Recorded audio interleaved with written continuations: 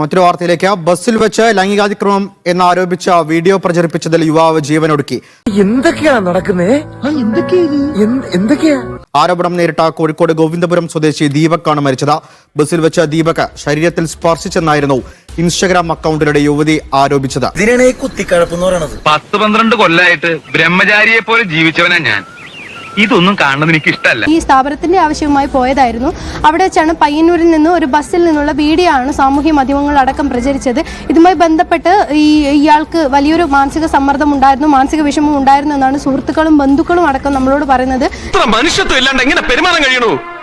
എനിക്ക് സഹതാപമുണ്ട്. എന്നാലറിയാം അതൊരു ഇപ്പത്തെ ഒരു ട്രെൻഡ് ആയിരിക്കണത്. പെൺകുട്ടിയൊക്കെ എന്തെങ്കിലും ചെറിയൊരു ഇഷ്യൂ കിട്ടിക്കഴിഞ്ഞാൽ, ഒരു തീം കിട്ടിക്കഴിഞ്ഞാൽ അവരെ മൈൻഡ് അതപ്പോൾ ചേഞ്ച് ആവാണ്. അത് വെച്ച് ഞങ്ങൾ റീച്ച് കിട്ടുമല്ലോ, ഇത്ര റീച്ച് കിട്ടല്ലോ. പണം കൊണ്ട് നീ എന്ത് വാങ്ങി കഴിച്ചാലും നിന്റെ ആർത്തി തീരില്ല. വെള്ളം കുടിച്ചാലും നിന്റെ ദാഹം മാറില്ല. വിഷം മാത്രമേ നിനക്ക് അതുകൊണ്ട് വാങ്ങാൻ കഴിയൂ.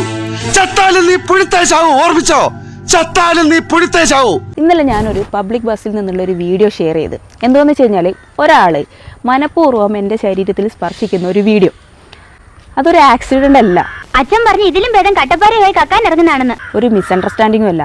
ഇത് മേജർ സൈക്കോളജിക്കൽ ഇഷ്യൂവും സെക്ഷൽ ബൗണ്ടറി വയലേഷനുമാണ്. അതായത് കൺസെന്റ് ഇല്ലാതെ ഒരു മനുഷ്യന്റെ ശരീരത്തിൽ തൊടാൻ ആർക്കാ അവകാശമുള്ളത്?